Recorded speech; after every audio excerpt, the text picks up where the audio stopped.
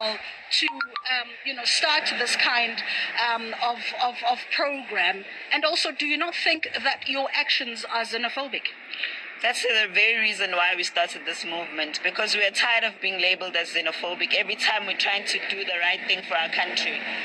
And the fact that we keep being called xenophobic has made a lot of South Africans to sit back and be fearsome of what's going to follow. The international world is going to say, oh my God, South Africans are xenophobic. And we know for a fact we're not xenophobic. We can't be living with these people for so many years. And now, when we're saying it's too much, it's enough, we are told that we're xenophobic. People who are from outside of South Africa do not respect our laws. They don't respect our country. They don't respect us as South Africans. We see them tormenting us on social media all the time.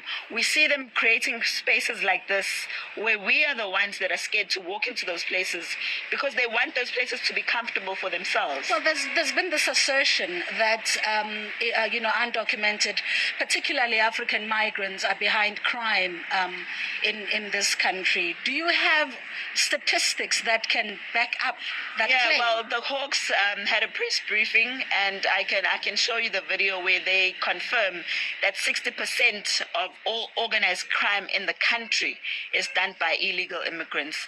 And we recently saw a letter from the Minister Senzo Mchunu, who was confirming that most of these drug cartels are run by Nigerians.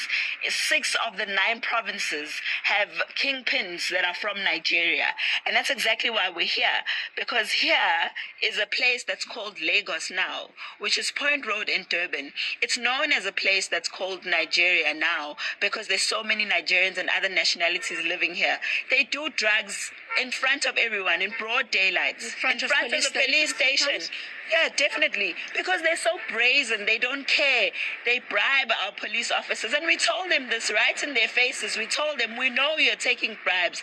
And so many incidents have happened after that, where police were actually even asking bribes.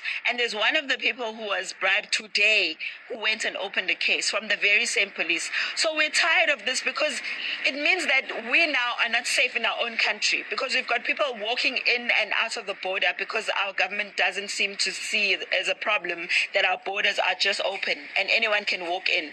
And then they come and live in our communities. They evict people who are South Africans. They take over these spaces. They take over tuck shops. You show all those shops. But South African laws allow them to do that. No, they don't. Yes, they do. They don't. The fact that people do not get arrested once they have committed a crime, the fact that they are let go, it means that they believe that they can be a law unto themselves. Can I make you an example so that you know that the law doesn't allow them?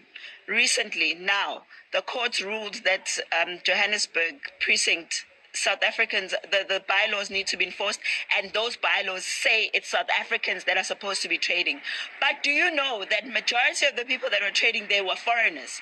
It's only now that South Africans are saying we're tired of our laws not being respected, that they're actually enforcing those bylaws and removing people who are not South African. Our laws do not allow for people who are undocumented to live in buildings. Our laws do not allow for people who are undocumented to run businesses and open the streets. They don't allow that. But you know, if you go and tell the police what they're going to tell you, we don't have the capacity, because that's what our police tell us all the time when we are trying to fight the crimes and the illegal activities that are going on in this country. They tell us they don't have the capacity.